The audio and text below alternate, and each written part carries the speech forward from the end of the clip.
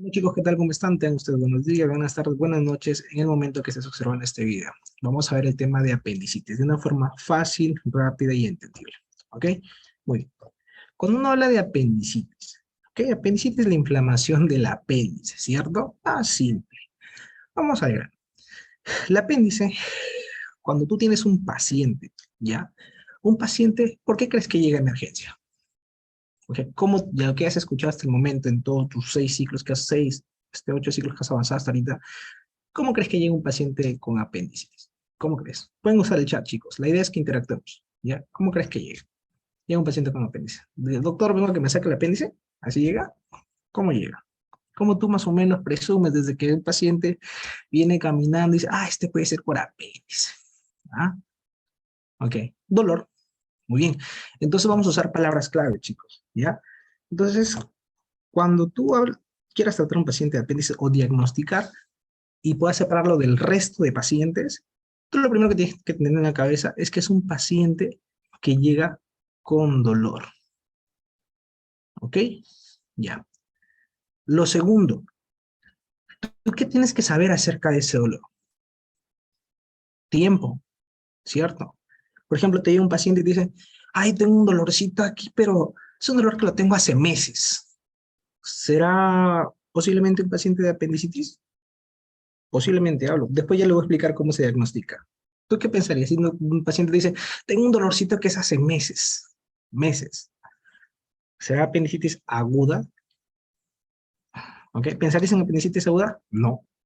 ¿Por qué? Porque el agudo generalmente es en horas y una apendicitis, de acuerdo a las fases evolutivas, ¿ok? Va a evolucionar rápido, de 6 a 24 a 36 horas antes de que se perfore, ¿ok? Entonces, un paciente te viene con dolor. Lo segundo que tú tienes que tener en cuenta, ¿ya? Que ese dolorcito, ¿dónde generalmente suele empezar ese dolorcito? Vamos a ver. ¿Dónde crees? ¿Dónde has escuchado, leído, visto? ¿Ok? Porque acá lo que tú tienes que utilizar para poder aprender bien y fijar en el tema es todo lo que has podido aprender hasta ahora con tu semiología, con algún caso clínico que hayas visto, ¿ok? Y usar ya conceptos, digamos, más fuertes que te ayuden a diagnosticar. Entonces, tú tienes un paciente, ya viene tu paciente por acá. Vamos a colocar acá tu paciente. Paciente ahí está, con un grito, ¿cierto? Listo. Ya. Tú ya sabes que el abdomen se divide por cuadrantes, ¿cierto? Muy bien. Entonces, ya, cuadrantes. El ombligo principal. Cuando un paciente tiene un proceso de apendicitis, de inflamación del apéndice, por lo general, comienza en un lugar muy alejado a la localización del apéndice. ¿Dónde por anatomía se encuentra el apéndice? El apéndice se encuentra aquí, en lo que es la famosa fosa ilíaca derecha. Si dicen, ¿dónde se localiza el apéndice? Por anatomía, el apéndice se encuentra aquí, en la fosa ilíaca derecha. Pero el dolor de apendicitis no comienza generalmente ahí. Comienza en una zona muy alejada, ¿ok? Por lo general, comienza en la zona epigástrica o en la zona periumbilical, ¿ok? Un dolorcito ahí del tema de apendicitis no comienza generalmente en la fosa ilíaca derecha, sino comienza con un dolorcito aquí en la zona epigástrica, ¿ok? O sea, comienza así, comienza, digamos, por acá, comienza en la zona epigástrica, el paciente dice, luego te dice el paciente, el dolor me comenzó acá, arribita del ombligo, y sentí que el dolor comenzó a bajar. Ok, bajó, y ya después más o menos de 6 horas, el dolor se localiza acá. Entonces, un dolor de apendicitis, ¿qué característica tiene? Tiene la característica de migrar, ¿ok? Tiene una característica de migrar. Obviamente vamos a hablar de los estándares, lo normal, que obviamente que hay ciertas excepciones, pero tú tienes que aprenderte primero lo que suele pasar para luego aprender las excepciones. Entonces, es un dolor migratorio, ¿ok? Entonces, un paciente, cuando te llega emergencia o cuando tú vas a ver un paciente dice, oh, doctor, siento un dolor. Lo primero, en tiempo, el tiempo es corto. del dolor. No, no es un dolor de 2 meses, 3 meses, 4 semanas, 5 semanas, no. Generalmente el paciente dice, es un dolor que empezó ayer en la madrugada, empezó hoy por la mañana. O sea, es un dolor temprano, ¿ok? O sea que tiene más o menos unas 3, 4 horas, ¿ya? Hay pacientes que aguantan mucho y de repente van a la emergencia al día siguiente o después de 2 días. Pero cuando tú les preguntas desde cuándo te duele, siempre el lapso de dolor va a estar entre las 2 horas, 4 horas, hasta las 24 a 36 horas. ¿Ok? Se resiente el dolor. Luego el paciente más o menos siempre te explica que el dolor no empieza abajo, sino que empieza desde la parte superior. Y ese dolorcito comienza a migrar. Generalmente a esto, de que el dolor pase por estas 3 zonas, ¿ok? La zona epigástrica, zona umbilical, hasta localizarse en la fosa ilíaca derecha, se le conoce como la famosa triada de Kocher. Esa es la famosa triada de Kocher, ¿ok? Algunas personas lo consideran, otras, ¿ok? Pero más o menos para que entiendas, es la famosa triada de Kocher. No confundas con el corte de Kocher, no, se llama triada de Kocher. ¿Listo? Muy bien. Entonces es un dolor migratorio. Perfecto. ¿Y a qué se debe el hecho de que primero el dolor exista aquí y luego se localiza en la fosa ilíaca derecha? Eso tiene que ver con el tipo de fibras nerviosas que estimulan el dolor. ¿Ok? Entonces yo te voy a colocar por acá lo que es la parte del ciego. ¿Ok? Acá está tu ciego. Listo, ahí está tu ciego. Acá está tu ilio, acá está tu barrio iliocecal. ¿Listo? Y acá está tu apéndice bien bonita. ¿Listo? Ya está. Ahí está tu apéndice. Listo. El apéndice está cubierta por un tipo de peritoneo. ¿Qué peritoneo cubre víscera? ¿Qué tipo de peritoneo cubre víscera? El peritoneo visceral. Y este peritoneo visceral que cubre el apéndice, ¿ok? Tiene fibras tipo C, ¿ok? Poca mielina, ¿cierto? Fibras tipo C. O sea, el peritoneo, que es el peritoneo visceral que recubre el apéndice, tiene fibras tipo C. Tipo C. ¿Ok? Y generalmente esas fibras, ¿ok? Que tienen que bueno, que están relacionadas con el sistema simpático, ¿ok? Con el sistema simpático, vienen del plexo solar y están relacionadas generalmente con un tipo de dermatoma. ¿Se acuerdan el dermatoma más o menos que se encontraba por acá, por el ombligo? ¿Se acuerdan? Más o menos esta zona. ¿Qué dermatoma sería? El dermatoma de 10, ¿cierto? ¿Se acuerdan de ese dermatoma de 10? Entonces, cuando el apéndice se comienza a inflamar, ¿qué hace? Comienza a estimular las fibras tipo C. Y como las fibras tipo C son bocamielina, entonces la forma del impulso es lento. Por eso el dolor, cuando recién comienza a inflamarse el apéndice, es un dolor inespecífico. Es un dolor inespecífico. El paciente, como esa fibra está relacionada con los dermatomas altos, el paciente dice, siento que me duele en la parte del epigastrio. Bueno, no, obviamente el paciente no sabe qué es epigastrio. Dice, siento que me duele en la parte arribita del ombligo. Sentí que me comenzó el dolor alrededor del ombligo. Porque en ese momento el apéndice estaba comenzando por su primera fase, que es la fase en la que comienza a inflamarse, y yo después te voy a explicar a qué se debe, ¿ya? Entonces comienza a inflamarse, comienza a estimular las fibras tipo C. Entonces es un dolor no específico. Entonces, ¿cuándo el dolor pasa a la fosa ilíaca derecha? Cuando ese apéndice de repente ya creció lo suficiente como para tener contacto con otro peritoneo. ¿Cuál es el otro peritoneo que se recubre la pared? ¿Cómo se llama? Peritoneo parietal. Perfecto. Vamos a verlo. Va a tener contacto con el peritoneo. Ese es peritoneo parietal. Peritoneo parietal. ¿Y el peritoneo parietal qué tipo de fibras tiene? Tiene tipo de fibras A delta. Ahí está. Tiene tipo de fibras A delta. y esas están más mielinizadas, ¿sí o no? Entonces el impulso es mucho más rápido eso. Entonces significa que ahí se habla de un dolor específico.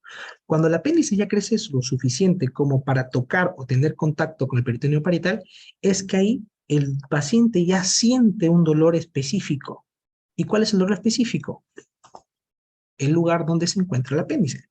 Si el apéndice se encuentra en la fosa ilíaca derecha, obviamente el apéndice, ¿qué está haciendo? Tocando el peritoneo, lo está estimulando, el peritoneo parietal. El peritoneo parietal, a través de sus fibras A delta, ¿ok? Recibe y genera ese dolor. Entonces el paciente dice, ah, aquí me duele. Cuando ya llega a la emergencia, dice, aquí me duele. ¿Ok? ¿Dónde es su dolor? Aquí. Obviamente, para eso, el apéndice ha tenido que inflamarse lo suficiente como para tener contacto con el peritoneo. ¿Listo? Entonces aquí estamos hablando de en cuestión de horas, puede que hayan pasado 10, 12 horas, ¿ok? 14, 15 horas. Entonces, cuando el apéndice se comienza a inflamar recién, el dolor está aquí, comienza aquí, un dolorcito que no lo sabes especificar muy bien. Luego, cuando se inflama lo suficiente como para tocar el peritoneo parietal, ya localizas. ¿Entiendes? Entonces, recuerda, un paciente siempre viene con un dolor, que en lo general, cuando tú le comienzas a conversar con él, interrogarlo, te dice es un dolor que comenzó a migrar, ¿ok? Que estaba en la parte superior y luego se localizó acá. Obviamente que cuando llega a emergencia es cuando el dolor es súper intenso, porque está estimulando fibras A delta, dolores aquí. ¿Listo? Muy bien. Entonces, esto nosotros lo vamos a valorar en una escala, que es la famosa escala de Alvarado, que ustedes tienen que aprenderla. Yo he visto que la mayoría lo que hace es memorizar la escala. Chicos, esta escala no se tiene que memorizar. Esta escala simplemente la tienes que deducir en base a la fisiopatología de la enfermedad, a cómo se está produciendo todo el apéndice, más o menos para valorar, ok, es un apéndice no complicada o posiblemente es un apéndice complicado, ¿ok? Entonces yo les voy a dar todos esos datos. Mira, entonces esta escala que está acá es la famosa escala del señor Alvarado, ¿ok? Es una escala que ayuda, ¿ok? Es una escala que más para el tema de diagnosticar me podría servir como para eh, determinar bajo una valoración si es apendicitis y puede entrar a sala o simplemente si de repente puede ser otro tipo de patología. Entonces, ¿qué me valora la escala de Alvarado? Lo primero, síntomas. Segundo, signos. Y tercero, ya es algo más fidedigno como un examen de laboratorio. ¿Cómo yo te sugiero que lo aprendas? No memorices. Si tú haces la chamba de que la mayoría generalmente hace se pone de repente una noche y se pone signo, migración, anorexia, náuseas, y se trauman con eso y se ponen a memorizar el tipo del chavo, chicos, no hagan eso. Deduzcan. Yo te voy a enseñar. Mira, tú cuando llega un paciente, ¿tú qué tienes de promedio? La conversación, ¿cierto? Tú conversas, dialogas con el paciente, preguntas, interrogas, ¿cierto? Entonces, ¿el paciente qué te va a decir? Primero, doctor, yo vengo por un dolor. Muy bien, ¿desde cuándo es el dolor? Ah, desde anoche. Perfecto. Cuéntame, ¿cómo comenzó el dolor? ¿Dónde inició el dolor? Ah, el dolor me comenzó a doler por acá, doctor. Ah, perfecto, muy bien. ¿Y ahora dónde es el dolor? Aquí. ¿Qué hay? Migración. Cuando tú tienes migración, es lo que el paciente siente. Entonces, la migración del dolor, ¿cuánto te va a dar? Un punto.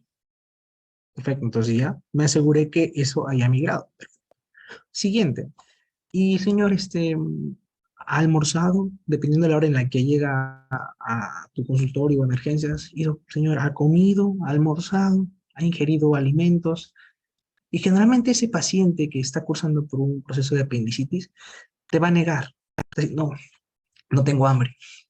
¿Y desde qué hora no come? Desde ayer, desde que comenzó el dolor. Sí, desde que comenzó el dolor, no tengo hambre, no tengo hambre. Entonces ahí se produce algo llamado anorexia o hiporexia, o sea, que significa pérdida de apetito, en cierta forma. Entonces un paciente que cursa con un proceso de apendicitis, por lo general, porque eso suele ser un síntoma muy inespecífico, pero por lo general está relacionado a la pérdida de apetito. Puede llegarte cualquier otro paciente por cualquier otra enfermedad a nivel del abdomen y entre todas esas patologías, el que tiende a perder el apetito es el que está cursando por una apendicitis. O sea, Es más probable que un paciente con apendicitis pierda el apetito que un paciente de repente que venga por un tipo de, no sé, trombo a nivel mesentérico que genere isquemia mesentérica, ¿ok? O cualquier otro tipo de patología. Entonces, un paciente que esté relacionado con pérdida de apetito, un dolor abdominal, ya con migración de dolor, piensa en apendicitis, o piensa, por el momento piensa. ¿Listo? ¿A qué se debe eso? Eso se debe bastante al sistema autónomo. Nosotros tenemos un sistema simpático y un sistema parasimpático. Pregunto, el típico ejemplo del toro, ¿cierto? Cuando ustedes aprendieron en tercer ciclo, Morfo 1, fisiología, a ustedes para explicarles lo que era el sistema simpático, ¿ok? Y el sistema parasimpático, les expusieron a un toro, ¿cierto?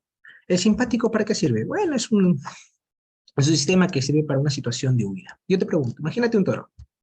Si ves un toro donde peligra tu vida, ¿te va a dar hambre?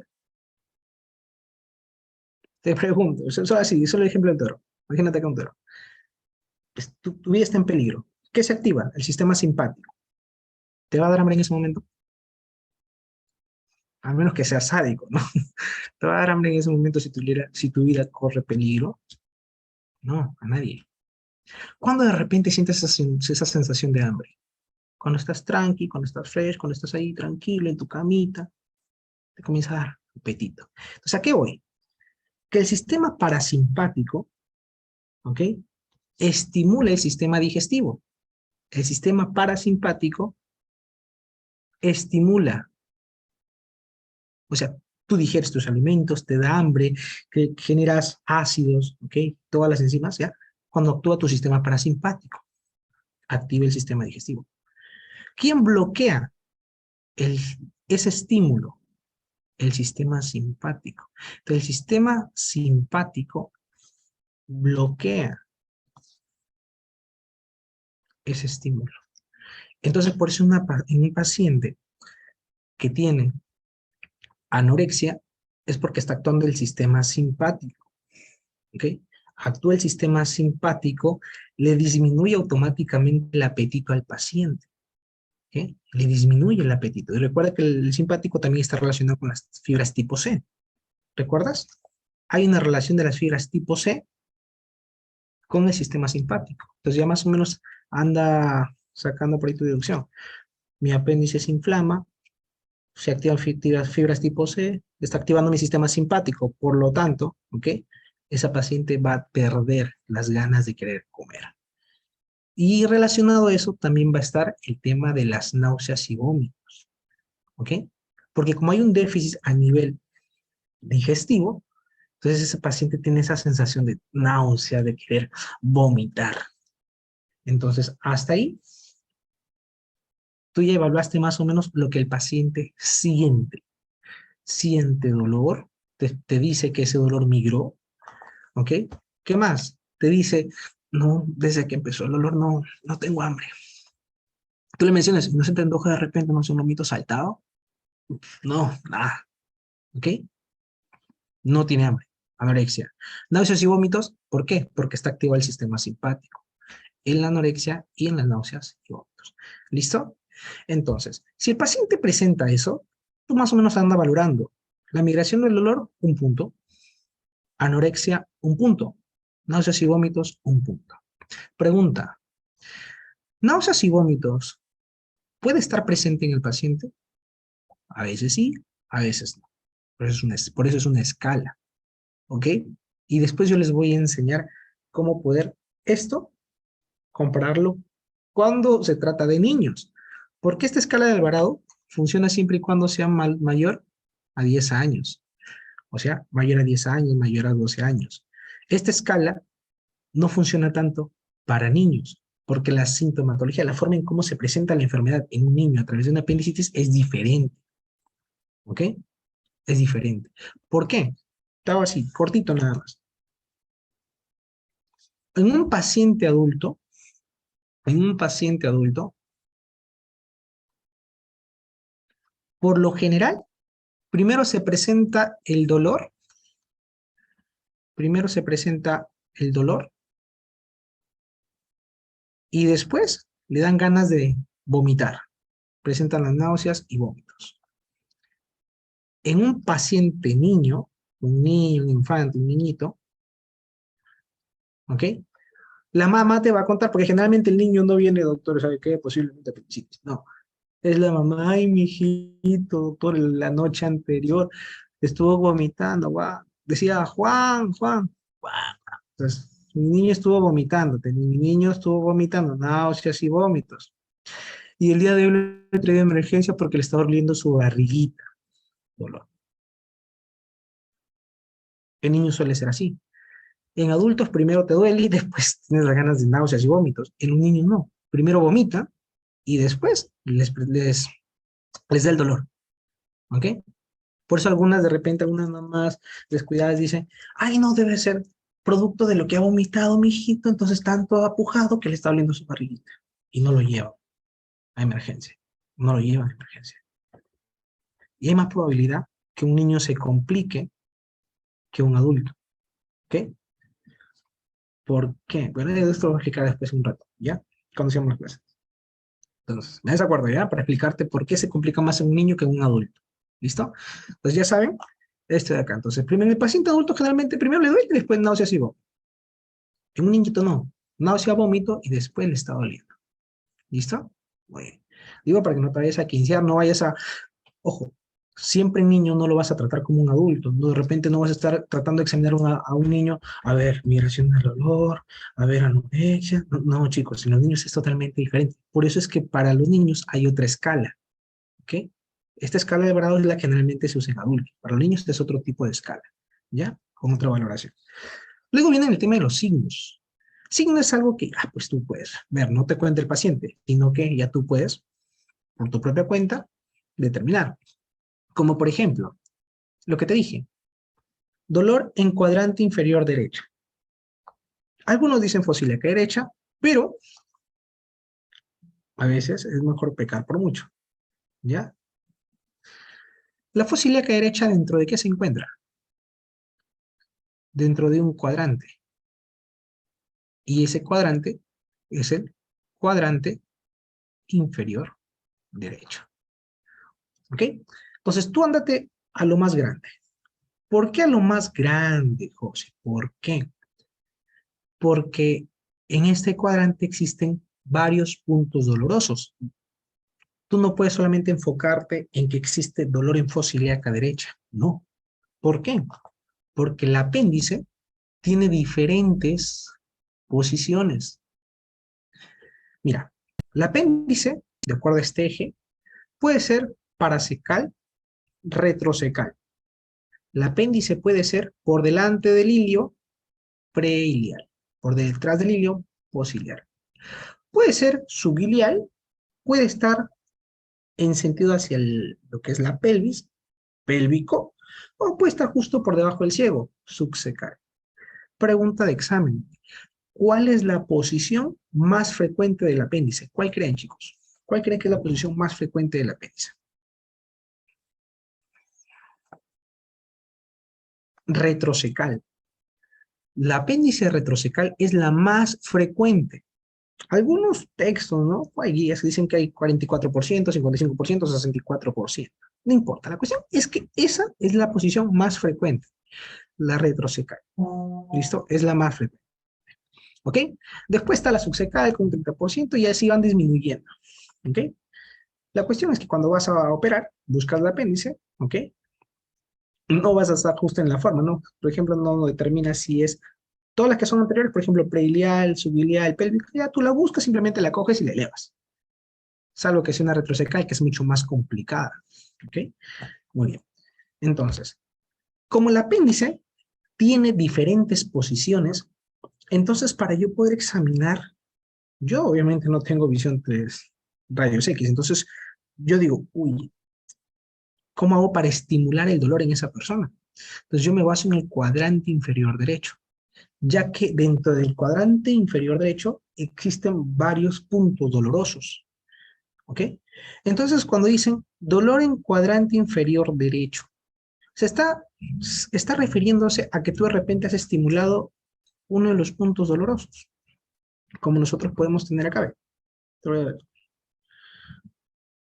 Puntos dolorosos más frecuentes. El típico, el McBurney, que se encuentra en la unión. Vamos a colocar acá. Para no salir mucho. Aquí. Los tercios. ¿Ok? Un tercio, un tercio, un tercio. Tercio medial, tercio medio y tercio lateral. ¿Listo? Entonces, punto de McBurney, punto doloroso, que se encuentra en la unión del tercio medio con el tercio lateral. ¿Cierto? Aquí está. Punto de McBurney. ¿Se encuentra dentro del cuadrante inferior derecho? Sí, se encuentra. Punto de Morris, entre la unión de lo que es el tercio medial con el tercio medio, o tercio superior con el tercio medio. ¿Listo? ¿Qué otro punto existe? Existe un punto, ¿ok?, que se encuentra en la parte baja, que es el famoso punto de Lanz. Generalmente cuando se trata de un apéndice que está pélvica, hacia abajo. ¿Está dentro del cuadrante inferior derecho? Sí, mira, punto de Lanz. ¿Listo? Y existirán otros puntitos como por ejemplo el punto del SN, que no está colocado acá, que más o menos se encuentra a este nivel. Punto del SN. El punto del SN generalmente es para ubicar un apéndice retrocecal ascendente. ¿Listo?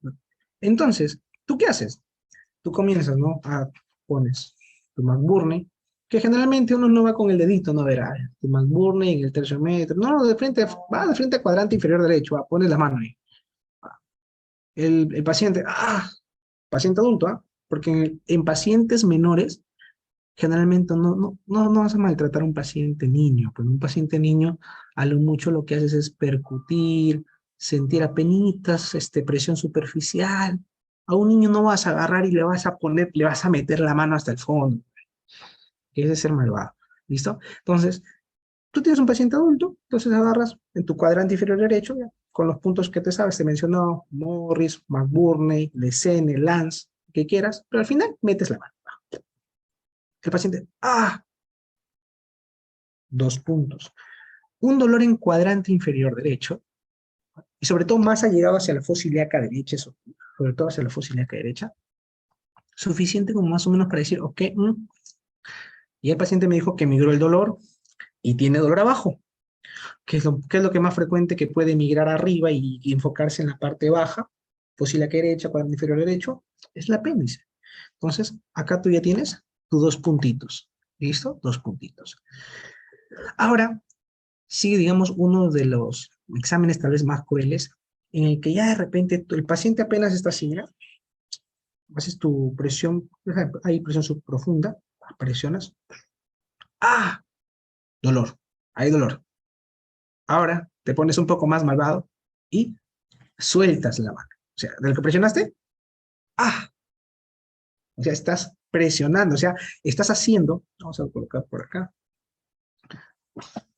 este es el apéndice, ¿ya? Este es el apéndice. Este es el apéndice, ¿listo? Entonces, cuando tú presionas, el apéndice está bonita por acá en la cavidad abdominal, entonces tú presionas, ¿y qué estás haciendo? Estás pegando el peritoneo parietal al apéndice. Recuerda lo que te expliqué. ¿Dónde está las A delta? En el peritoneo parietal. Entonces, cuando tú haces ese efecto de presión, ¿okay?, tú estás pegando más el peritoneo parietal al apéndice. Estás estimulando, generando el dolor, ¿cierto? Y cuando descomprimes o sueltas, ¿qué estás haciendo con el peritoneo parietal? Que nalguee ese apéndice, ¿cierto? Saca el apéndice, cuando lo aprietas así, punto doloroso. Y cuando descomprimes, rebota. Estás haciendo que ese peritoneo nalguee el apéndice, generando más dolor, ¿cierto? Entonces, ahí tú estás sacando cuenta que el apéndice está inflamada. La apéndice está lo suficientemente inflamada como para generar la irritación del peritoneo. Ahí tú estás evaluando la irritación peritoneal.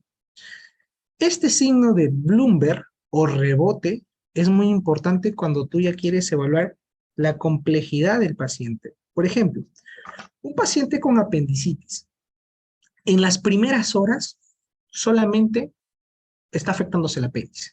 Solo se está afectando el apéndice. Pero conforme pasan las horas, ya ese apéndice comienza a generar supuración, por ahí se comienza a abrir un poco y ya las bacterias comienzan a irritar. ¿Qué cosa? Estás infectando, estás comenzando a irritar el peritoneo. Entonces, cuando ya hay un tema relacionado a la posible peritonitis irritación del peritoneo, te suele dar Bloomberg positivo. En un peritoneo no irritado, generalmente cuando tú haces descomprimes, no te da Bloomberg positivo. El Bloomberg positivo o efecto de rebote te da cuando ya hay una afección del peritoneo parietal. Podrías pensar en que ya puede estar cursándose un proceso de peritonitis. ¿Ok? Que ahí vas a encontrar peritonitis localizada y peritonitis generalizada. Eso lo voy a explicar después. Pero más o menos para que tú entiendas. Entonces, un paciente te puede dar positivo a dolor en cuadrante inferior derecho. ¿Ok? Con todos los puntos, Morris, le pones tu Lance o tu McBurney, que es lo básico, ¿ya? Pero de repente cuando haces el rebote, al paciente no le duele. ¿Ok? Y si le duele, es porque ya de repente está muy avanzado el cuadro de apendicitis. ¿Listo? Otra cosa, de repente dice, enfermera, por favor, sería usted tan amable tomar la temperatura del paciente, y el paciente de repente, más de 38, fiebre. Entonces, en esa segunda fase, o sea, después de haber evaluado sus síntomas, tú te enfocas en los signos, y los signos te lo da la mano, chicos. El cirujano tiene que tener buena mano. Ahora estoy hablando directamente del paciente, pero el cirujano tiene que tener buena mano para examinar. Tú puedes detectar una apendicitis examinando, palpando, todo es tocar, chicos. Entonces, tú no puedes ir a apendicitis sin tocar al paciente. Entonces ahí está el examinar al paciente. Entonces, con tu mano, ya por lo menos tú ahí vas a tener dolor en cuadrante inferior derecho, 2 puntitos. Hay efecto de Bloomberg, rebote, dolor al rebote, 1 puntito más. Y el otro se lo pides a la enfermera. Enfermera, por favor, ¿qué temperatura tiene? Tiene fiebre, doctor, mayor a 38, perfecto, 1 puntito más. Y está, tranquilo. Entonces, la primera fase es cuando conversas con el paciente. La segunda es cuando participa tu mano, ¿ya? Y la temperatura. Entonces, hasta ahí, si tú te das cuenta, de repente, digamos un típico paciente, es un típico paciente que te dijo, muy bien, doctor, sí, tengo dolor, sí, el dolor me migró, no tengo apetito, tenía ganas de vomitar, náuseas, perfecto, coges, te acercas al lado derecho de la cama del paciente, dices, lo comienzas a evaluar, y dices, perfecto, este paciente sí tiene dolor en fosa ilíaca derecha, muy bien, tiene su rebote, su Bloomberg, ok, y tiene fiebre. Entonces, como por ahí, ¿cuántos puntos estás sacando tú por ahí? Estás sacando 1, 2, 3, 4, 5, 6, 7. 7 puntos. Entonces tú te preguntas, dices, bueno, aquí vamos a ver cuántos puntos me van a ayudar. Mira, vamos a llegar. Si tú tienes una valoración, y esto varía dependiendo de los médicos o dependiendo de algunas guías. Si tú tienes, vamos a colocar acá, tipo semáforo, ¿ya? Vamos a colocar acá. Ah, uy, casi se borra. Ya. Si tú tienes de 1 puntito a 4 puntos, verde. O sea, ese paciente es como que no, se está alejando de la probabilidad. O sea, lo que hace esta escala es alejarte de la probabilidad de apendicitis. Te aleja. Entonces, un paciente de 1 a 4 horas, no, este paciente debe tener otra cosa. No tiene apendicitis. ¿Ok? ¿Por qué? Porque 1 a 4, ¿qué significa? Que lo que el paciente solamente te ha dicho, sí, doctor, de repente tengo migración del dolor, tengo anorexia y 2 puntos. Y de repente por ahí te dijo, y me duele cuando me presiona acá, inferior derecho. Nada más 4 puntos. Pero no hay Bloomberg, no hay fiebre, no hay náuseas. ¿Ok? Es como que te la ponen muy lejos. Este paciente no lo puedo meter a sala. Ya, me está alejando. Luego tienes ya la escala como que un poco amarilla, ¿no? En la cual de repente ya tienes un paciente que puede tener, no sé, 5 hasta 6. 5 a 6. Eso me pone en duda. Hay una duda ahí que, ya, duda. Luego tenemos el 7 a 10. De 7, ¿ok? Está el 8, el 9, a ver, 8, 9 y 10. Cuando tú tienes un paciente con 7, 8, 9 y 10 de escala de Alvarado, dices, probable apendicitis. Pero, José, son 4 cifras muy diferentes, es como cuál y cuál. Te lo pongo más fácil. Si te sale 7 y 8, probable apendicitis. Si te sale 9 y 10, ya se mete al quirófano. Este es cantado, segurísimo. Cantadísimo. 9 o 10 de Alvarado, este paciente es una apendicitis, cajón, de frente. Tiene un 7 y 8, probable apendicitis. Probable. ¿Ok? Ahí está. Entonces, generalmente, tú te la segura cuando ya tienes un paciente de 9, 10 de Alvarado. ¿Ya? Como la escala sirve para poder alejarte de la probabilidad, siempre y cuando tenga menos de eso, duda. Por ejemplo, si fuera una paciente mujer, necesitas una ecografía para alejarlo posiblemente de un embarazo ectópico, de repente de un quiste ovario que se ha roto, ¿ok? Porque generalmente si se tratara de una mujer, también hay dolor en cuadrante inferior derecho, ¿ok?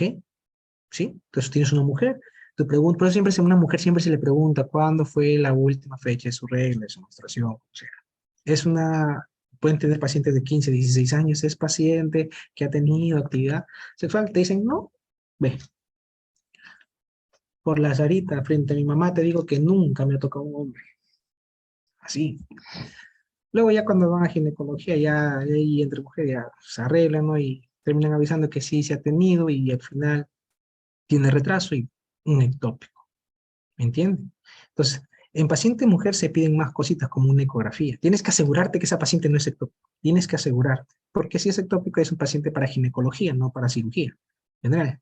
¿Listo? Muy bien. Ahora, entonces, ¿qué hago yo para poder acercarme? ¿Ok? Para decir, bueno, ya, puede ser que vaya a quirófano. ¿Qué te va a servir? Eso ya no depende de ti. Eso depende de la tecnología, o sea, del laboratorio, chicos. Eso depende netamente del laboratorio. El laboratorio te va a ayudar. O sea, quiere decir que mientras tú conversas con el paciente, y eso es algo muy importante porque tienes que saber los tiempos, mientras tú conversas con el paciente, dices, muy bien, señor, ya tienes 3 puntos. Lo examinas, a ver, ok, perfecto. Enfermera, ¿cuánto temperatura? 38, doctor, más 39, 40, tiene fiebre. Muy bien, hay nada más exámenes de laboratorio, lo sacas. Esperas, no sé cuánto tiempo, dependiendo del lugar, ¿no?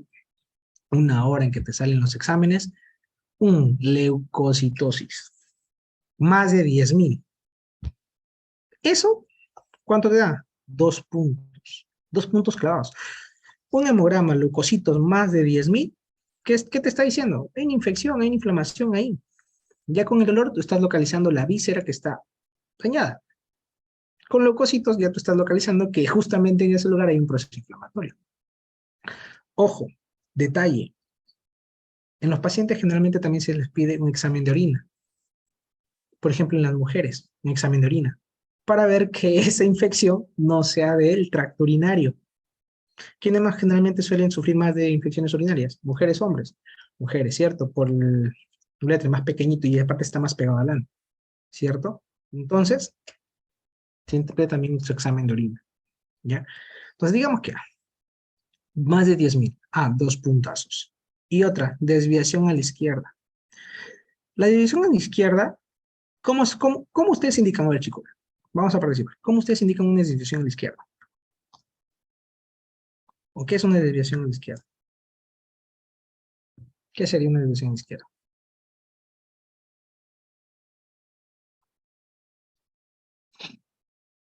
¿Ah? ¿Ya se durmieron todos? Pero ¿qué te determinaría una desviación a la izquierda? ¿Cómo lo sacas? Ya. Bueno, específicamente acá, sácalo con los neutrófilos. Hay neutrofilia mayor a 75%, cajón de desviación a la izquierda. ¿Ya?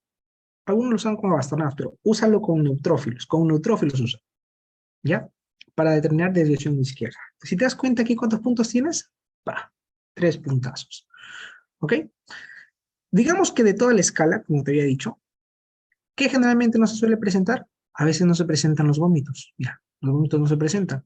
Pero aún sin los vómitos, tú tienes 1 de migración, 2 con anorexia, 4 con dolor en cuadrante inferior derecho, 5 con Bloomberg, 6 con fiebre, ¿ok? 7 y 8 con leucocitosis, 9 con desviación a la izquierda. Así el paciente de repente ya no te presenta fiebre, porque de repente su leucocitos no están muy aumentados. Igual te sigue dando 8, ¿cierto? Entonces, esta escala es importantísima que ustedes se la aprendan, pero la deduzcan, chicos. Tienen que deducirla. Si se dan cuenta, es muy fácil. Síntomas, tú hablas con el paciente, signos, le metes la mano, o sea, tocas al paciente, y laboratorio, pues espera los resultados. Y te enfocas netamente en ese papelito que te dan, en el leucocitos y en tu desviación a la izquierda. Nada más. Y pues lo básico, ¿no? Sumar. ¿Ok? De ellos. Listo. A esto, ¿qué le tengo que sumar yo? ¿Qué le puedo sumar? De repente mi escala de Alvarado, de repente no me sale un 9, no me sale un 9, no me sale un 10, porque de repente el paciente, a ver, vamos a quitarle puntos. Pero antes de eso, ¿se entendió, chicos, esto de acá? ¿Se entendió? Pregunto, ¿se entendió esto? ¿Me avisa?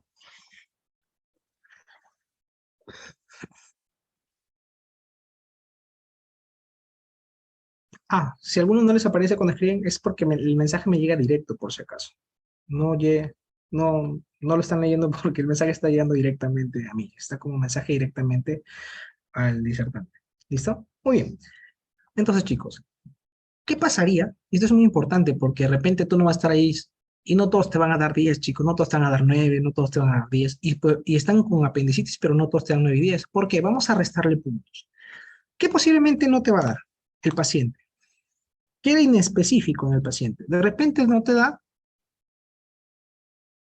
anorexia, de repente el paciente, perdón, no te da vómito, náusea ni vómitos, ni tampoco le da fiebre al paciente. Hasta ahí, de los 10, ¿cuánto tienes? 8 puntos, o sea, te estaría colocando acá. Mm. Y si aparte de eso no le encuentras neutrofilia al paciente, o sea, no le encuentras división a la izquierda, te pone aquí.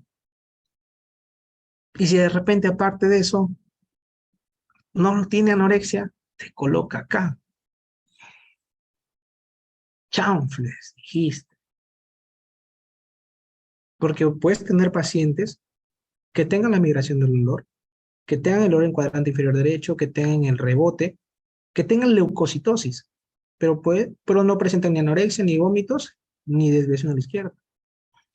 Entonces, si la escala te está poniendo en eso, porque la idea de la escala es alejarte de la apendicitis, recuerda, la escala de verdad es para alejarte de la apendicitis, ¿ok? Para descartar, probable, ¿ok? Entonces, ¿qué usas? Imágenes. Necesitas las imágenes. Si ya te está colocando por acá, imágenes. Porque obviamente, no, tú cuando llega el paciente, hablas con el paciente, ya te expliqué, lo examinas y te sale el examen de laboratorio. Entonces tú sumas. Si te dan 9-10, ya ese paciente de cajón vas a pero de repente, cuando tenemos los laboratorios, te dan esto por acá, te pones en duda. ¿Qué puedes hacer ahí? Imágenes. Te van a preguntar, ¿cuál es el gol estándar para diagnosticar una apendicitis?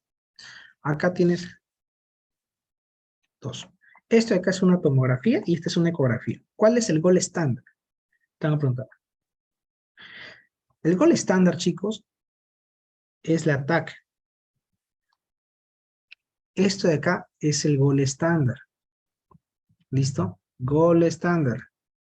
Con resaltado. El ataque es el gol estándar. ¿Listo? Pero obviamente, antes de mandarla a una tomografía, entonces vas con el paciente y dices, porque obviamente no hay que ser realistas. Es como que a veces una tomografía cuesta, el paciente es de bajos recursos económicos. Dicen, bueno, ya, ¿cómo hacemos? El Perú estándar. Ah, la ecografía. En una ecografía, ¿ok? Generalmente no se suele ver muy bien el apéndice, pero si en caso se ve, puedes observar esto, mira. Por ejemplo, ¿qué sería esto que está acá? Esto que está acá es algo que está obstruyendo el apéndice, que por lo general suele ser un fecalito, un fecalito, una caquita, fecalito, ¿ok? Fecalito. El fecalito es la causa de apéndice más frecuente en pacientes adultos. Ojo, eso también es otra cosa que tienen que aprender. ¿Dónde van a encontrar ustedes más probabilidad de fecalito? En el paciente adulto, más probabilidad, vamos a colocar acá, el fecalito, acá, el fecalito, más frecuente en adultos, ¿ok? Más frecuente, no digo que no pueda darse en niños, ¿ok? Pero hay pacientes, niños, en los cuales la mayor probabilidad no es que sea un fecalito, sino que sea un problema viral, que inflame la zona linfática cerca al apéndice. Una adenopatía, ¿ok? Mesentérica, una adenitis mesentérica. Una adenitis mesentérica o un tema linfoide es más frecuente en niños. O sea, el tema linfático, o sea, relacionado al tema linfático es más presente en niños. Por eso es algo que ustedes tienen que evaluar, por ejemplo, en niños. Eso lo vamos a explicar ya luego. Un niño generalmente llega a este dolor, ay, me duele, fusila derecha. Pero siempre pregunta, ¿y su niño, no sé, en estos días estaba gripado, con dolor de garganta? Entonces un niño que está con dolor de garganta, gripado, piensa en un tema viral y eso ha generado inflamación del sistema linfático que justo esté afectando la zona del meso cercano al apéndice. ¿Ya está? Entonces, piensa en fecalitos en pacientes adultos, piensa en un tema linfático más en niños. En porcentajes es así. En niños más es un tema linfático y en adultos es un tema más restrictivo de fecalidad. En porcentajes, pero también puede darse en ambos. ¿Listo? Muy bien. Obviamente el linfático en adulto es difícil, ¿no? Entonces, volviendo acá, tienes la ecografía, encuentras la caquita, que difícilmente, no porque le saquen una ecografía vas a apostar de que, uy, se le va a encontrar la caquita. No, pues, suerte si la encuentras, suerte si la encuentras, ¿ya? Pero ¿de qué te vas a guiar tú? Ah, de mi conocimiento anatómico. ¿Qué es lo que más importa en conocer el apéndice? ¿La longitud o el diámetro? La longitud, el apéndice puede medir lo que quiera. En longitud puede medir lo que quiera. Vas a encontrar apéndices pequeñas, apéndices largas, muy grandes. Pero a ti te importa el diámetro. El diámetro del apéndice es de 6 milímetros. ¿Ok? En el apéndice, el diámetro es 6 milímetros. Mayor a 6 milímetros, piensa en una probable apendicitis. ¿Listo? El diámetro es mayor de 6 milímetros. La pared en un apéndice generalmente suele ser de 2 milímetros. Mayor a eso, ya hay un problema inflamatorio en el apéndice. ¿Listo? Muy bien, entonces a través de una ecografía confirmas. Entonces, por más que de repente aquí en tu escala te haya aparecido 5, 6, 7, 8, tú le sacas una ecografía y de ahí, comprobado, apéndice, de frente a sala. De frente, sin pensarlo, de frente a sala. ¿Por qué? No te dio anorexia, no te dio náuseas, no te dio fiebre, pero la imagen te está demostrando que hay una obstrucción y hay una inflamación del apéndice. Suficiente, a sala. ¿Por qué a sala? Porque la única forma o tratamiento para una apendicitis es sacar el apéndice. Es la única forma. ¿Por qué? Ya te voy a explicar después las fases. ¿Listo? Enfocándonos de repente, ya que es un paciente del seguro, ahí sí hay money, ¿ya? Entonces, ahí tienen todo a disposición, le sacas un ataque. Generalmente en una tomografía también es un poco complicado observar el apéndice normal. Generalmente se observa el apéndice cuando es patológica. Pues cuando la apéndice es patológica, se nota en la tomografía. Y aquí tú estás observando tu apéndice patológica. Entonces, igual, en una tomografía, ves el apéndice, igual, mayor a 6 milímetros, cantadísimo, a sala. ¿Ves? Entonces, tu escala de verdad de repente no te dio 9-10, pero tu imagen te ayudó. Hasta ahí, ¿se entendió? ¿Se entendió hasta ahí? Me dicen, por favor, para explicarles ahora cuando hablamos de complicación de un apéndice y de un apéndice no complicado.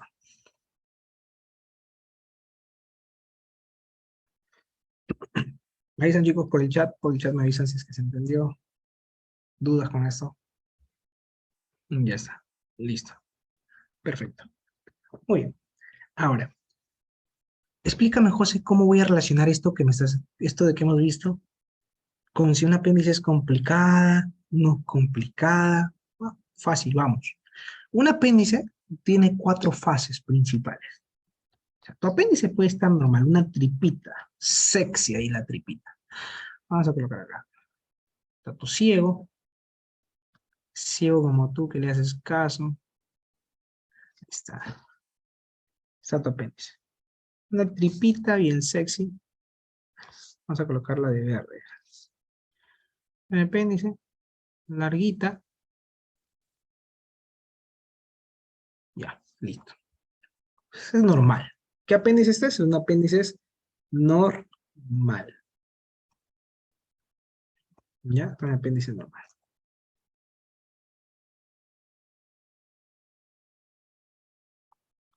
Perfecto. ¿Qué es lo más frecuente? Estamos viendo un paciente adulto que una caquita obstruya la base del apéndice. O sea, en el ciego, ¡pum!, obstruye ahí la base del apéndice. Entonces vamos a ver cómo evoluciona esto. Entonces tienes tu apéndice. Vamos a colocar acá. Más grande. Tienes el ciego. ¿Listo? Muy bien. Tienes tu apéndice. Está larguita. Ya. Presta mucha atención a esta explicación. Si una caquita obstruye el apéndice, aquí tú tienes que tener en cuenta 3 cositas, 3 sistemas. Sistema linfático, sistema venoso y sistema arterial. Tú, para entender la fisiopatología del apéndice y el curso del apéndice, cuándo es complicada y no complicada, tú tienes que saber esto de anatomía: linfático, venoso y arterial. Vamos por acá. Entonces, ¿cuáles son los datos que tengo que saber? Dijo José que tengan que saber. Drenaje linfático. Tengo que saber drenaje linfático. Tengo que saber drenaje venoso. Y tengo que saber irrigación arterial. Yo con esas 3 cosas, un minuto, chicos, un minuto, esperen.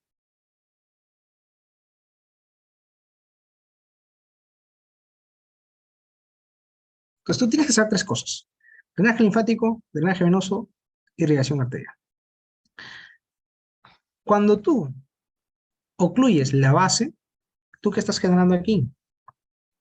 Una compresión de las paredes del apéndice. Tú estás generando acá que las paredes del apéndice se compriman. ¿Ok? Ahí está. Entonces, justo acá a nivel de la base está la cajita. Ahí está. Lo ocluye. Entonces, al ocluir, ¿qué haces? Comprimes las paredes, o sea, bloqueas acá, bloqueas aquí y bloqueas acá. ¿Ok? Entonces, ¿qué pasa? Cuando el drenaje linfático quiera seguir su curso, que sería el hecho de, en sentido ascendente, pasar, ¿qué va a pasar? ¿Va a poder o no va a poder pasar ese drenaje linfático por las paredes? ¿Podrá hacerlo o no? ¿Se podrá hacer? Vamos, chicos, lo leo en el chat. Tienen que deducir esa parte. No. ¿Por qué? Porque la caquita, al comprimir las paredes, las está chancando y el drenaje linfático no puede regresar. Entonces, ¿qué comienza a pasar ahí? Pues se comienza a quedar ese líquido linfático, se comienza a quedar. Entonces, ¿qué pasa cuando el líquido comienza a quedarse?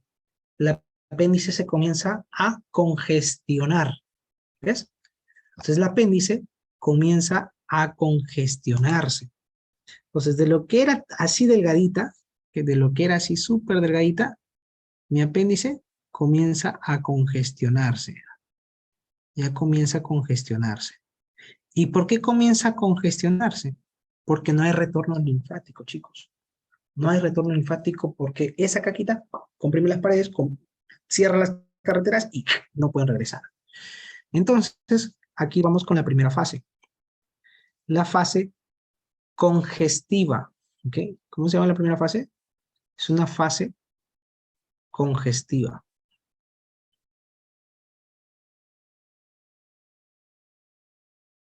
Se está congestionando.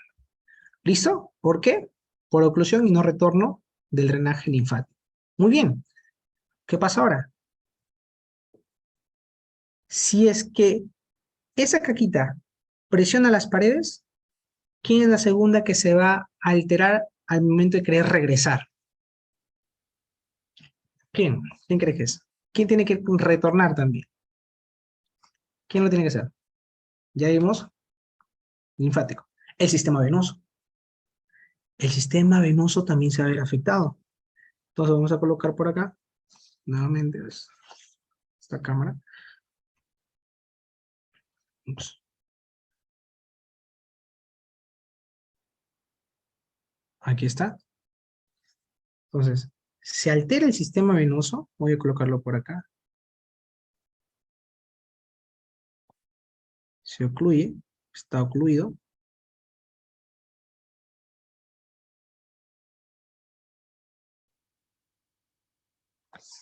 ¿Quién lo está ocluyendo? La caquita.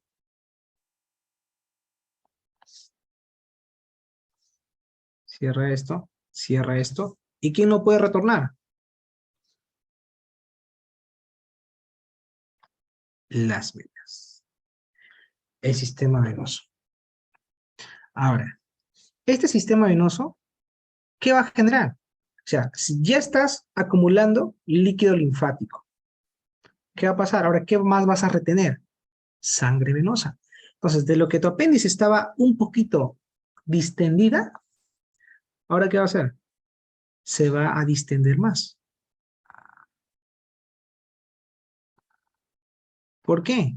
Porque si en la primera fase solamente estabas reteniendo líquido linfático, en la segunda, por compresión, estás reteniendo sangre venosa. Aumenta más la presión, se ensancha más el apéndice, se distiende más el apéndice. Y lo malo de aquí es que cuando tú tienes algo obstruido, generalmente tú estás teniendo un espacio donde puedan colonizar las bacterias. ¿Qué bacterias van a colonizar aquí? ¿Qué bacterias encontrarás aquí? ¿Qué bacterias habrán aquí? Comienzan a colonizar bacterias. Bacterias, las gram negativas. ¿Qué gran negativa vas a tener aquí? Conocida, la famosa E. coli. La E. coli. ¿Y qué más acompañará aparte de la E. coli? Los bacteroides. También vas a tener bacteroides. Entonces, cuando les pregunten, en la segunda fase, que sería una fase en la cual ya hay proliferación de bacterias, por lo tanto, comienza la supuración.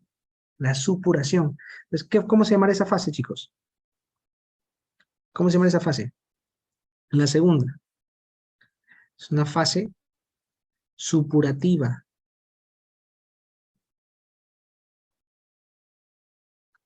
Es una fase supurativa. Algunos le llaman fase flemonosa también, ¿no? Es como si estuviera liberando un tipo de flema, y algo así.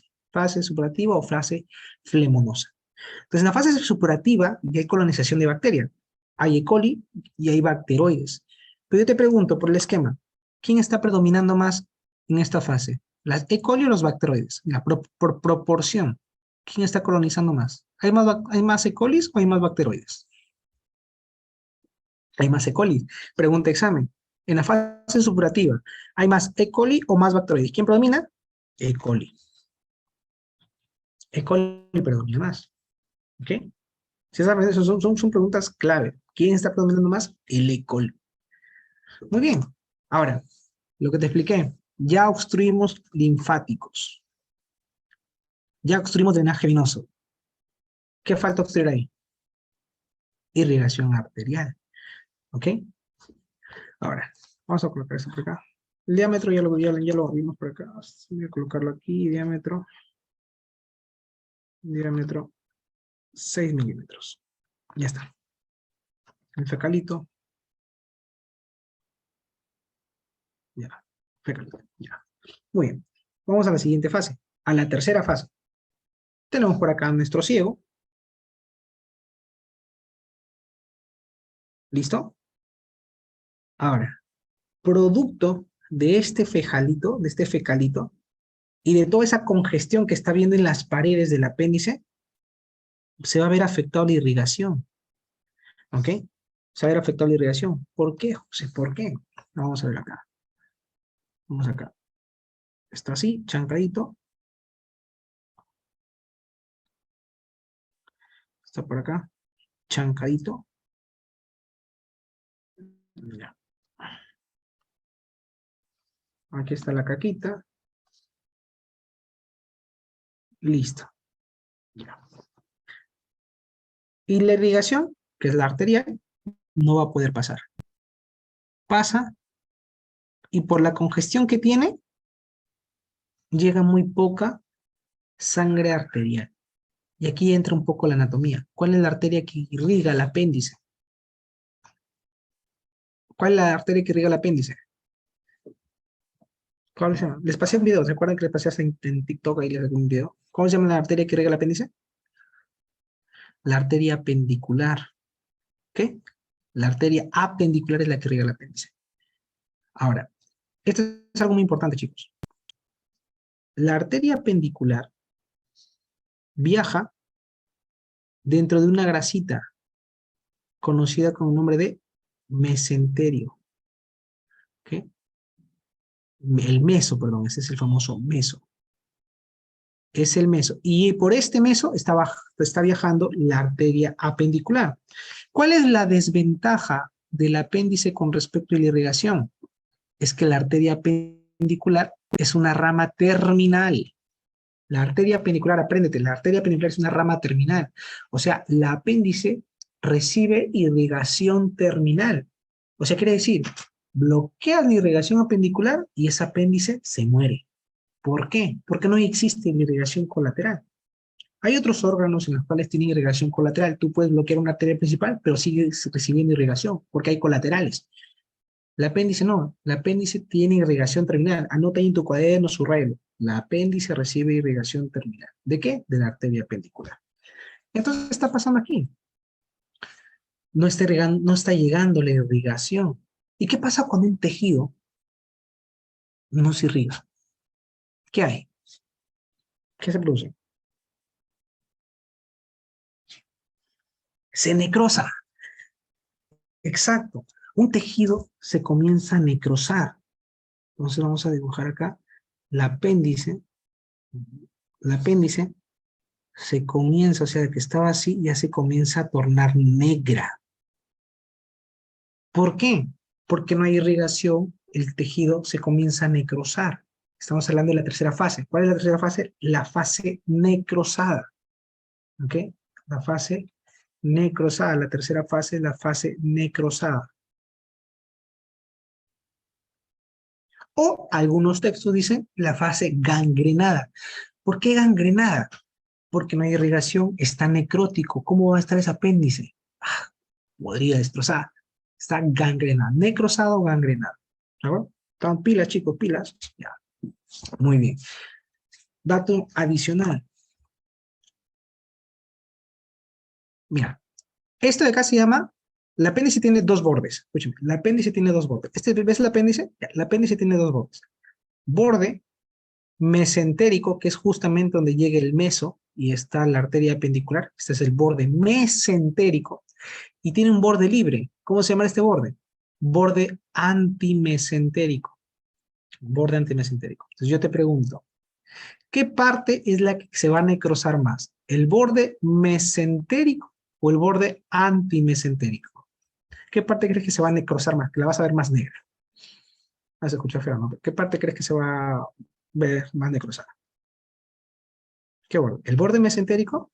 El borde, perfecto. El borde antimesentérico del apéndice es la que se ve más afectada, es la primera que se comienza a morir. ¿Por qué? Porque como hasta ahí tiene que llegar una ramita, imagínate si bloqueas, es la primera que pierde irrigación. Entonces el borde antimesentérico Es la primera que comienza a necrosarse. Segundo, ¿qué crees que se necrosa más rápido? ¿La base o el apéndice? Perdón, ¿la base o la punta? ¿La base o la punta crees que se necrosa más rápido? Por lógica. La punta, perfecto. Entonces, tú vas a tener una desventaja, que en el apéndice lo que se va a necrosar más rápido, ¿ok? Es el borde antementérico y la punta, por ser irrigación terminal. Vas captando, ¿cierto? Muy bien. Y llegamos a la última parte de este proceso. No me digas, se borró. ¿Qué se borró? Ya. Después lo digo otra vez. Eso es lo malo de la pizarra digital. Ya, está acá. Ya. Luego, como repaso, le vuelvo a dibujar, ¿ya? Bueno. Ahora vamos a otra fase, a la última, la cuarta fase. Tenemos acá tu apéndice, ¿ya? Tienes tu apéndice. ¿Qué pasa cuando un tejido pierde irrigación? Se necrosa. ¿Ok? Acá está la parte necrosada. ¿Qué pasa cuando un tejido se necrosa? ¿Será fácil que se rompa? Pregunto, ¿un tejido necrosado, muerto, sin irrigación, se puede romper? Perfecto, ya está. Es ahí cuando el apéndice, de no tener irrigación, ¿qué pasa? Se perfora. ¿Y qué parte crees que tiene más probabilidad de perforarse más rápido? ¿El borde antimesentérico o el mesentérico? ¿La base o la punta? ¿Qué parte crees que se pueda reventar más rápido? Puede reventarse cualquier parte, pero más probabilidad. La punta. La punta o el borde antimesentérico se puede reventar más rápido. Y si se revienta, ¿qué crees que va a salir? Las bacterias. Y aquí hay un dato muy importante, me olvidé de mencionarlo. ¿Te acuerdas que acá te dije que aquí colonizaban primero las E. coli y luego un poquito las bacteroides?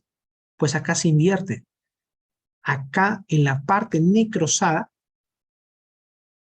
donde no existe oxigenación, quien predomina más son los bacteroides. ¿Y por qué razón? ¿Cuál es la lógica de las bacterias? ¿De por qué predominan más los bacteroides? ¿Por qué razón crees que predominan más los bacteroides? Porque son perfectos, muy bien, porque son anaerobias. Al no haber irrigación, no hay oxigenación, se convierte en un ambiente anaeróbico. Entonces significa que predominan más las bacterias, los bacteroides, perdón, predominan más los bacteroides. Entonces no significa que no existan E. coli, sino que sí hay E. coli, sino que más van a proliferar los bacteroides. ¿Listo? Pregunta de examen. ¿En qué fase de la apendicitis predominan más los bacteroides? En la parte necrosada o gangrenada. Ahí predomina más porque hay falta de irrigación arterial, hay falta de oxígeno, predominan los anaerobios. ¿Listo? Bien. Entonces imagínate, si ha sido un ambiente lleno de bacterias y donde hay más bacteroides, ¿qué va a pasar? Chicos, se revienta el apéndice, es un caldo enorme de puras bacterias. Entonces, comienzan, soy libre, digo, soy un elfo libre, comienzan a salir todas las bacterias. Los bacteroides, pueden salir los bacteroides, y comienzan a salir todas las E. coli. E. coli. ¿Y dónde crees que van a ir esos? Pues ya, pues a comenzar a diseminarse así, comienzan a avanzar, van al peritoneo, comienzan a infectar y ahí ya comienza el proceso de la peritonitis. ¿Listo? Muy bien, ¿cómo crees que se llama esa fase? Esta fase donde ya se perforó es la fase perforada.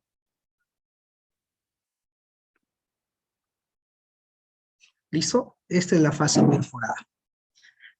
Vamos a hacer un último repaso de esto para que lo fijen bien. Entonces, el apéndice es un apéndice normal, ¿sí? Tranquilita, chévere, no le hace daño a nadie, no se mete con nadie, está ahí tranquila, ¿ya? Perfecto.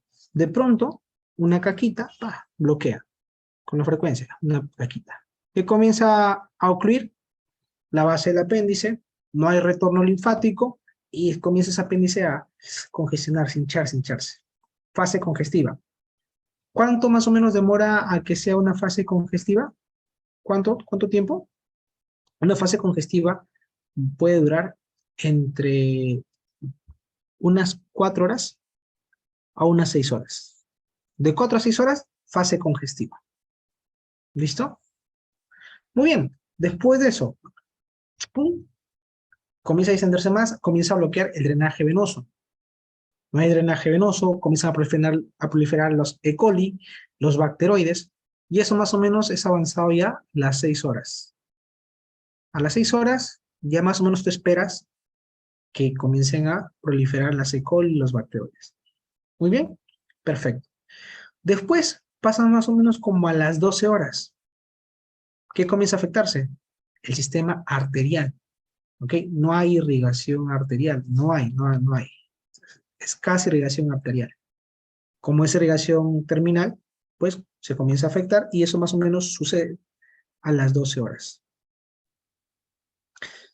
Tú dejas un tejido a ese nivel por mucho tiempo, o sea, mayor a 24 horas, ¿qué puedes esperar? A que ese apéndice se perfore. ¿Qué? Se va a perforar, chicos. Ese apéndice se va a perforar. ¿Listo? Entonces ahí tienen las 4 fases: congestiva, supurativa o flemonosa. La supurativa también es flemonosa. La 3 es necrosada o gangrenada. Y la 4 es pues simplemente la perforada. Y aquí hay algo muy importante entre saber cuándo una apendicitis es complicada y cuándo es no complicada. Mira, vamos a colocar por acá. ¿Cuándo es complicada y cuándo no es complicada? Yo te voy a colocar aquí, así nomás. Tranqui. 1 y 2, tranquilo, es una apendicitis, no complicada. ¿Por qué? Solamente hay unos cuantos E. coli, que normalmente siempre hay bacteroides, todo está tranqui, solamente está como que dilatado, pero comienza a faltar oxígeno, ya 3 y 4 son complicadas. 3 y 4 son apendicitis complicadas. ¿Por qué? ¿Por qué son complicadas? Es pregunta de examen, ¿eh? Siempre te van a decir, ¿qué fases son complicadas y no complicadas? 1 y 2, no complicadas. 3 y 4, complicadas. ¿Por qué? Porque al estar necrosada, o yo te he puesto tiempos en de 4 a 6, 6 horas, 12, 24 horas, pero eso puede acortarse, ¿eh? Puede perforarse en unas 18 horas, ¿ok? Porque es irrigación terminal. Pasar las 6 horas, irrigación terminal es lo que depende de ese apéndice. Digamos que tienes un apéndice larga, muy larga el apéndice. Bloqueas irrigación arterial y hasta que llegue la irrigación a la punta, pues puedes generar isquemia en menos horas. Entonces, pasada las 6, 12 horas, un apéndice puede perforar a las 18. Entonces, por eso 3 y 4 es complicada, es una apendicitis complicada. ¿Ok? Muy bien. Pregunto, chicos, ¿se entendió hasta ahí? ¿Se entendió?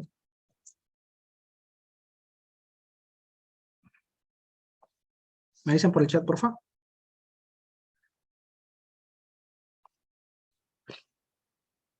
Listo, perfecto, perfecto. Muy bien, chicos. Ahora, he aquí unos signos importantísimos. ¿Cómo relacionamos, por ejemplo, nosotros? Por ejemplo, en la fase número, en la congestiva y en la supurativa, posiblemente no me den desviación a la izquierda, ni tampoco me den mucha fiebre. Pero en la 3 y 4, que es la necrosada y la perforada, miren, la perforada, ¿qué está? En la perforada hay una liberación, o sea, se perforó, está irritando netamente el peritoneo. Pues sí o sí vas a encontrar un Bloomberg bien marcado, vas a encontrar una fiebre bien marcada y vas a encontrar una leucocitosis bien marcada. ¿Listo? Entonces, esto de acá también lo tienes que relacionar con esta escala. Ahora, hay signos que de repente no son netamente los puntos dolorosos, pero me van a permitir a mí diagnosticar un apéndice y su localización. Por ejemplo, ¿qué signos podría aumentar acá? ¿Ok? Mira, tú tienes acá tu pancita.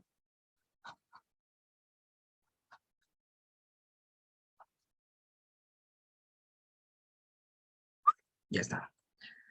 Hay un signo llamado signo de Roxin, en el cual el médico presiona aquí, fosa ilíaca izquierda, presiona fosa ilíaca izquierda, y el dolor, el paciente lo siente acá. en la fosa ilíaca derecha. Y dices, what the fuck, ¿qué es eso? O sea, yo presiono el lado izquierdo y le duele el derecho. ¿Por qué? Muy simple, chicos. Anatomía, también es anatomía, ¿ya? Cirugía es lo que más se relaciona con anatomía.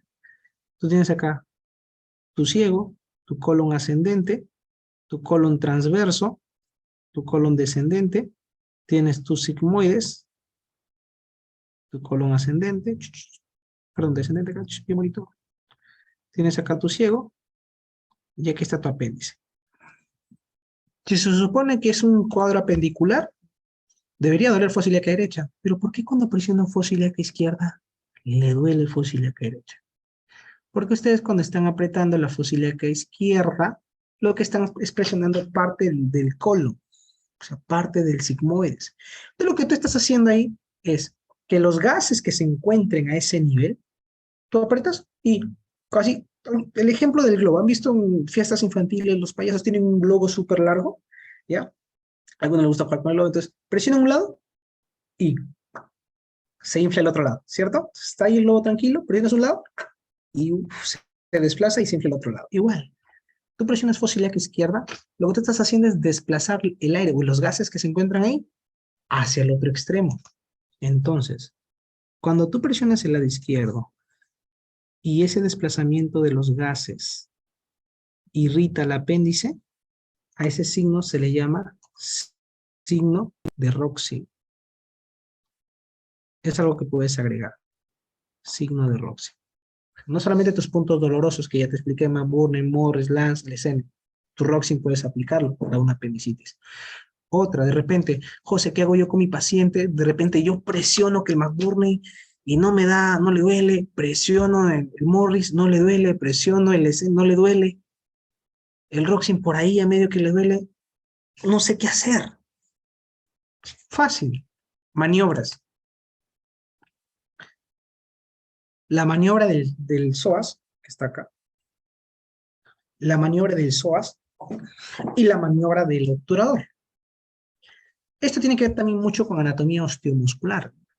Cuando tú sabes que el músculo psoas-ilíaco, y si no lo sabes, te hago recordar, el psoas-ilíaco es el músculo más potente en la flexión del músculo, en la flexión del músculo. El psoas, ¿ok? El psoas ilíaco, mejor dicho, está formado por el psoas mayor y el músculo ilíaco. Y juntos forman el psoas ilíaco.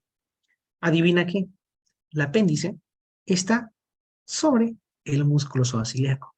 Entonces, cuando no puedes con eso de presionar aquí en el abdomen, no te da el dolor, perfecto. Haz como esta hiperextensión del muslo y automáticamente, por tensión de fibras musculares, va a hacer que toque con la apéndice, la va a estimular, dolor. Entonces, cuando hay un dolor por esta maniobra del psoas, esta apéndice lo más probable es que sea retrocecal.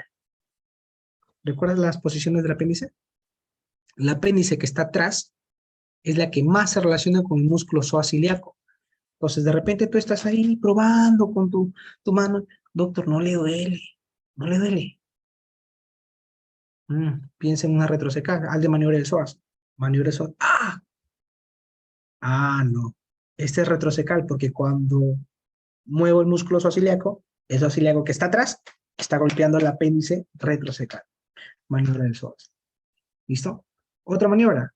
La del obturador. ¿Qué hace el músculo obturador? Este músculo se llama músculo obturador interno. El obturador interno es un músculo pelotrocantérico que genera la rotación lateral.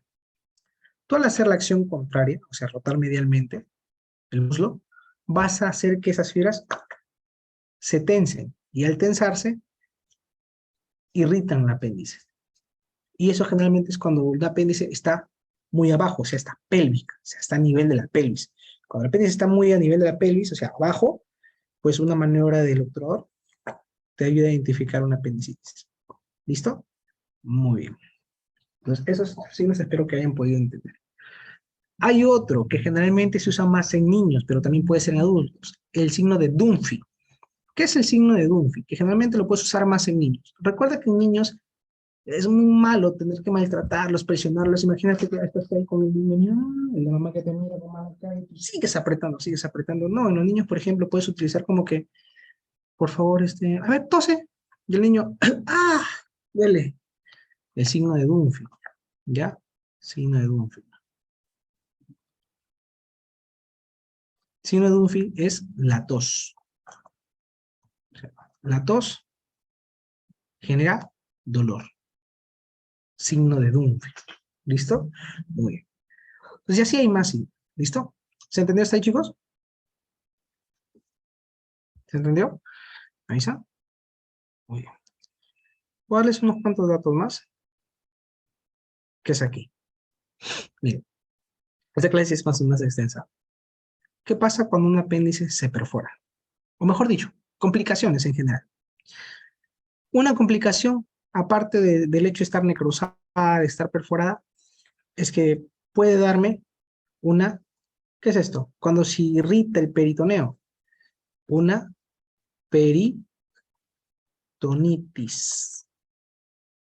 José, ¿cómo sé si una peritonitis es focal o localizada? Tu mano, papi, tu mano. Guapas, su mano les va a ayudar. ¿Cómo así? Fácil.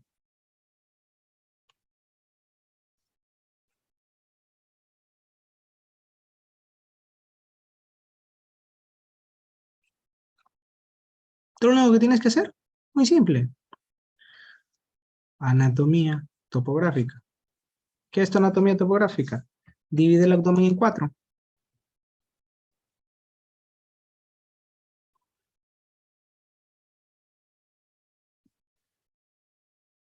Y aquí te va a ayudar el signo de rebote.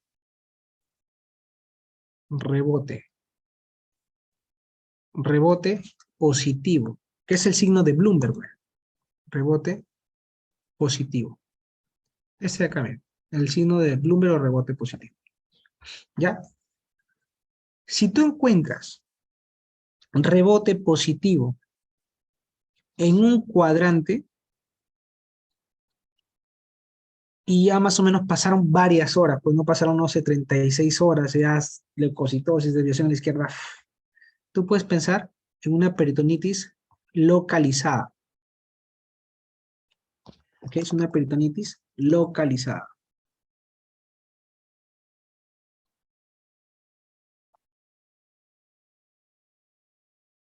¿Ok? Que es un cuadrante. Un cuadrante. ¿Listo? Localizado. Hasta incluso ya hasta 2. Pero ya se pasa de 2 cuadrantes, o sea, mayor a 2 cuadrantes. O sea, quiere decir que de repente está por acá. Mayor a 2 cuadrantes. O sea, hace rebote aquí, ¡ah! Duele. Hace rebote aquí, ¡ah! Duele. Hace rebote aquí, ¡ah! Duele. Rebote acá, ¡ah! Duele. Ya, porque está generalizada. Entonces, cuando es mayor a 2 cuadrantes, es una peritonitis generalizada.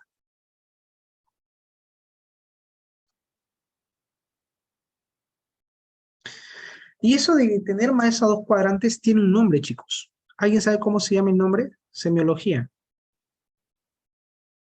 ¿Cómo se llama el nombrecito? Cuando es más de 2 cuadrantes.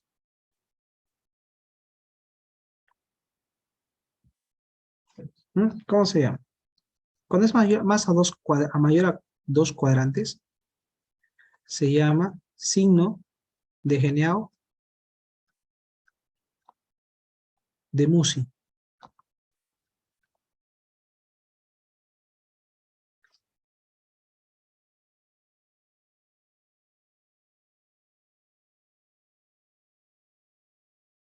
Genao, claro. Ah, ahí lo que dice mejor que yo. Ya está. Genao de Musi. Más a 2 cuadrantes. ¿Listo? Eso más o menos te puede indicar si es que hay una peritonitis generalizada o localizada. ¿Se entendió? ¿Sí? ¿Se entendió? Vaca. Ahora, chicos, aquí, ¿se acuerdan del ejemplo del niñito? Ya, ahora vamos a aplicarlo acá. Listo, miren. ¿Qué pasa de repente cuando ya se revienta el apéndice? Hace peritonitis, listo. Localizada o generalizada, ahí se ve. ¿Listo? Muy bien. Pero ¿cuál es otra complicación? Esta es una complicación, por si acaso, ¿ah? es una complicación. Aquí estamos viendo las complicaciones. Estamos viendo la complicación. ¿Qué otra complicación puede tener? Las masas. Masas. Las masas pueden tener dos tipos. ¿Ok? Pueden ser en forma de plastrón,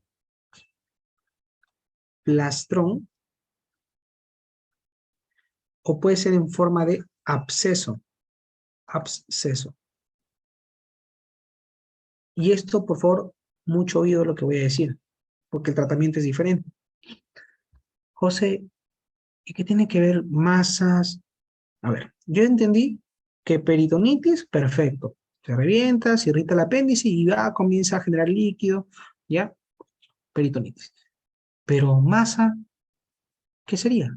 En el caso de la peritonitis, por ejemplo, la peritonitis es entrar, dependiendo, si es localizada, tú entras, limpias. O sea, saca el apéndice, entras, limpias. Pero ya si es generalizada, tú entras y lavas. Aquí el tratamiento en peritonitis depende bastante. Por ejemplo, si la peritonitis es localizada, no hay mucho líquido, ¿ok? No hay mucho más. ¿Qué haces? Agarras, sacas el apéndice, luego ves, limpias, hay técnicas para limpiar, ¿ok? Pero si de repente que hay bastante líquido, porque ya es generalizada, o ahí no, pues ahí tienes que litros de agua lavar, o sea, sacas el apéndice, lavas y lavas, ¿ya? Entonces depende bastante del tratamiento, si es localizada o es generalizada, ¿listo? Ahora, en el tema de las masas también es importante. ¿Qué te genera la masa? La masa te lo genera lo que es el meso. ¿Tú sabes qué es el meso? El meso es el epíplo, ¿cierto? Bueno, el epíplo en específico, el epíplo. El epíplo es un mecanismo de defensa que tiene el sistema digestivo. ¿Ya? Tú tienes acá tu sistema, tienes acá tu colon, y esto es importante que ustedes lo aprendan, ¿eh?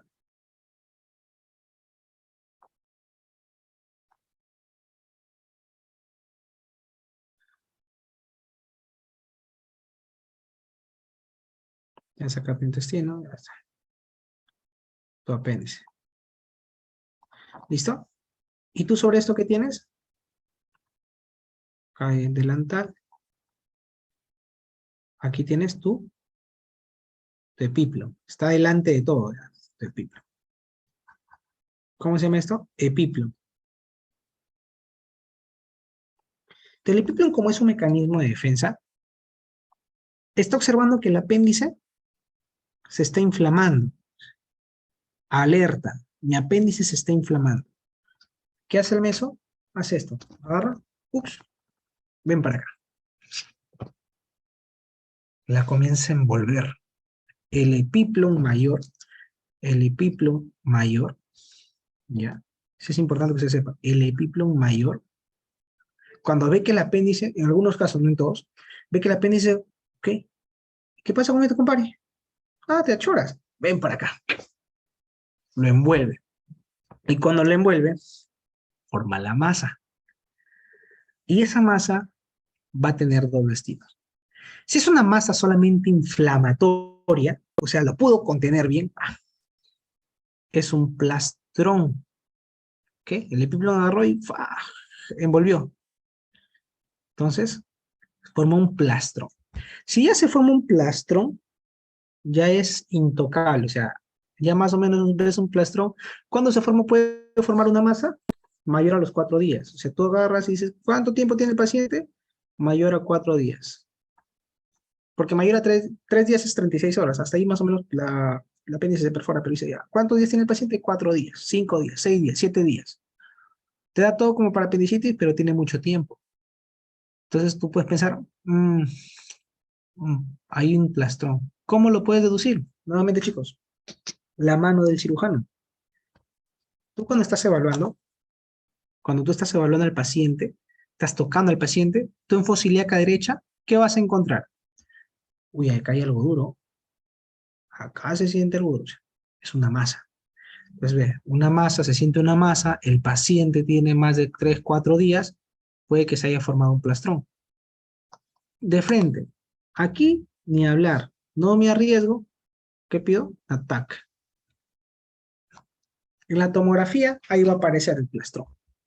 ¿Listo? Entonces, yo observo un paciente, tiene varios días, tiene esa correlación clínica de apendicitis, pero siento una masa, un ataque. Yo no lo puedo meter hacia sala, un ataque. En la tomografía, ahí se ve el plastrón. ¿Qué hago?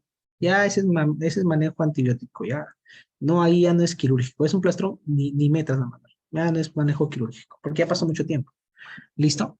Ya pasó mucho tiempo. Por eso es importante el tiempo de la enfermedad, chicos. Es importante esto, mira. Esto de acá, 4, 6, 6 horas, 12 horas, 24 horas. Aquí ya más o menos deduce, esa apéndice ya se perforó. Está entre las 36 horas, no hay masa y hay rebote, es esa peritonitis. Pero de repente examinas, son varios días, hay masa, una tomografía, y ahí sacas si es un plastrón. O también sacas si de repente es un absceso. ¿Qué pasa de repente? Formó una masa, pero dentro de esa masa hay pus. O sea, dentro de esa masa hay pus. Aquí también varía el tratamiento. Generalmente, si es menor a unos 3 centímetros por ahí, tú con tratamiento antibiótico esperas que más o menos eso, con el tiempo, se reabsorba. Pero si es una masa con pus extensa, tampoco puedes meterla al quirófano. Usas otro tratamiento que es percutáneo, metes con una guía y se jala toda la pus. ¿Listo? Entonces es importante conocer esto. Es importante la función del epiplon que tiene al momento de ver que algo está fallando, envolver y puede formar plastrón o de repente ese apéndice se revienta adentro y forma también pus, que sería un absceso. En ambos casos no los puedes meter a sala. Es otro tipo de manejo, porque para que se haya formado un absceso o un plastrón ha tenido que pasar muchos días. ¿Listo? Aquí está la pregunta examen. ¿Cuál es la diferencia y por qué los niños se complican más rápido? ¿Por qué los niños se complican más rápido? O sea, ¿por qué en los niños no puedes esperar digamos, a que se les reviente el apéndice? ¿Por qué? ¿Qué no tienen los niños que sí tenemos los adultos? Más ganado, dicen por ahí. ¿Qué tenemos los adultos que no tienen los niños, chicos? Es una pregunta muy importante. Pregunto, ¿el epiplo mayor lo tendrán bien desarrollado los niños? ¿El epiplo mayor lo tendrán bien desarrollado los niños? Ahí lo leo en el chat. Los niños tendrán... No. Entonces no tienen quien los proteja. Al adulto, si el apéndice está ahí y ¿qué hace el epiplo? Lo envuelve y te forma o plastrón o masa de acceso. Ya está. Pero un niño no. Si a un niño se le perfora, no hay ese epiplo que te forme la masa o el plastrón. Por eso los niños hacen más rápido peritonitis. ¿Ven? Es una buena pregunta, chicos. Entonces, ¿por qué un niño se complica más rápido? No te forma plastrón ni absceso. ¿Por qué? Porque los niños no tienen epiplo mayor desarrollado. ¿Listo? Muy bien. Y así hay más datos. Y lo otro, chicos, que voy a dividirlo en dos partes esta clase. Esta sería la primera parte. Y lo otro, chicos, la localización en las gestantes. Tú no puedes esperar que en una gestante, tú no vas a ser una gestante de 3 meses, 4 meses, tú vas a decir, vamos a palparle el apéndice. Y vas a tu fósila derecha, intentar tu McBurn y así. No, chicos, ¿por qué? Porque en las embarazadas, las apéndices, como desplazan todo, van subiendo. Y eso aquí es muy importante. Por ejemplo, en una gestante, ¿qué tipo de imagen no le va a generar ningún daño al bebé? ¿Qué tipo de imagen? Examen de imagen no podría generar un daño. Una eco, ¿va? ¿Por qué una eco tomar? ¿Por qué tomarías una eco? Porque en una gestante, como el apéndice sube bastante, tú, ¿por quién podrías confundirlo? Por un problema de vesícula. Podrías confundirlo con eso. Puta, sacas una eco. ¿Ya? Dos, no sale nada. ¿Qué podrías optar?